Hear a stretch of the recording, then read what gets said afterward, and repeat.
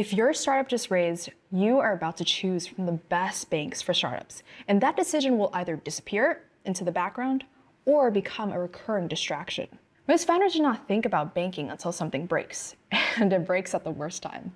It breaks during a raise, it breaks right before payroll, or it breaks when you are trying to explain your cash position to an investor. So this is the real question. Are you setting up a financial foundation you can set up once and trust as you grow? I'm going to keep this simple. I will tell you what matters, and I will tell you what trade-offs you're signing up for. We reviewed 20 banks and fintech platforms used by startups in 2026, and this video breaks down the ones founders actually choose. If you're searching for the best business bank accounts for startups, you want one thing: a startup banking platform that actually stays simple as you scale. Here is the landscape at a high level. Legacy banks like Chase, Bank of America, and Wells Fargo can help with lending and branches, but they come with monthly fees, transaction limits, and slow integrations. For early-stage startups, the two most common choices are Mercury and Ro. Mercury is common because it's free, the UX is clean, but the trade-offs tend to show up later. Treasury funds can take days to access, and support and advanced finance workflows often depend on paid plans. Mercury is a great starting point, but Ro is designed to be the platform you do not have to migrate away from. It's built for deeper cash protection, faster human support, and an integrated finance stack as your team grows. Brex has a strong corporate card and a solid rewards program, but the trade-offs tend to be about pricing and support. Many advanced features live behind paid tiers, including per-user pricing, and higher touch support is typically reserved for premium plans. Grasshopper can offer competitive APY early, but FDIC coverage caps at $250,000, and it does not offer AP automation or treasury management. Here's a simple Ro versus Ramp takeaway. Ramp is a strong spend tool, but core automations and integrations often sit behind paid tiers. Ro gives you banking, cards, treasury, expenses, and bill pay in one place, and includes the full suite for every customer without a per-seat tax. The difference is not one feature, it's that everything lives in one place, under one login with one support team in one system. Bluevine is solid for small business checking. It's not really built for a funded startup finance stack. Ramp Treasury is a newer entrant. It can be compelling on yield and cost, but the trade-offs tend to be about pricing and support. Many advanced workflows and integrations sit behind paid tiers, and higher touch support is typically reserved for larger accounts. The pattern is simple. Most platforms are great at one or two things, then you stitch the rest together. That's fine at 10 people. It's a real problem at 30 or 40. Here are 6 criteria that matter if you're building a venture-backed company. First, think about FDIC insurance for startups, specifically startup bank account FDIC protection. Standard FDIC insurance covers $250,000 per bank. If you hold more than that, you need a sweep across partner banks.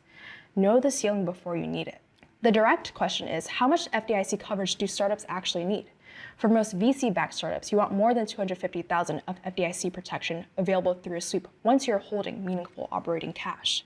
Second, think about yield on idle cash. Your operating balance should not just sit there. Look for integrated treasury access and business treasury management for startups. Focus on structure and access, not a promised number. Yields move over time. Third, think about bill pay automation for startups.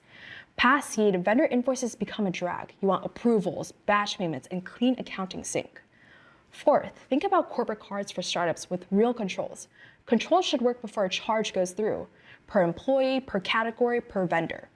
Fifth, think about ERP integration business banking. If it's not native, someone is doing manual work at month end. If you run finance on NetSuite, you should prioritize a NetSuite business banking integration. If you run finance on QuickBooks, prioritize QuickBooks business banking that syncs cleanly. Sixth, think about customer support by phone. When a wire does not land, you need a human quickly.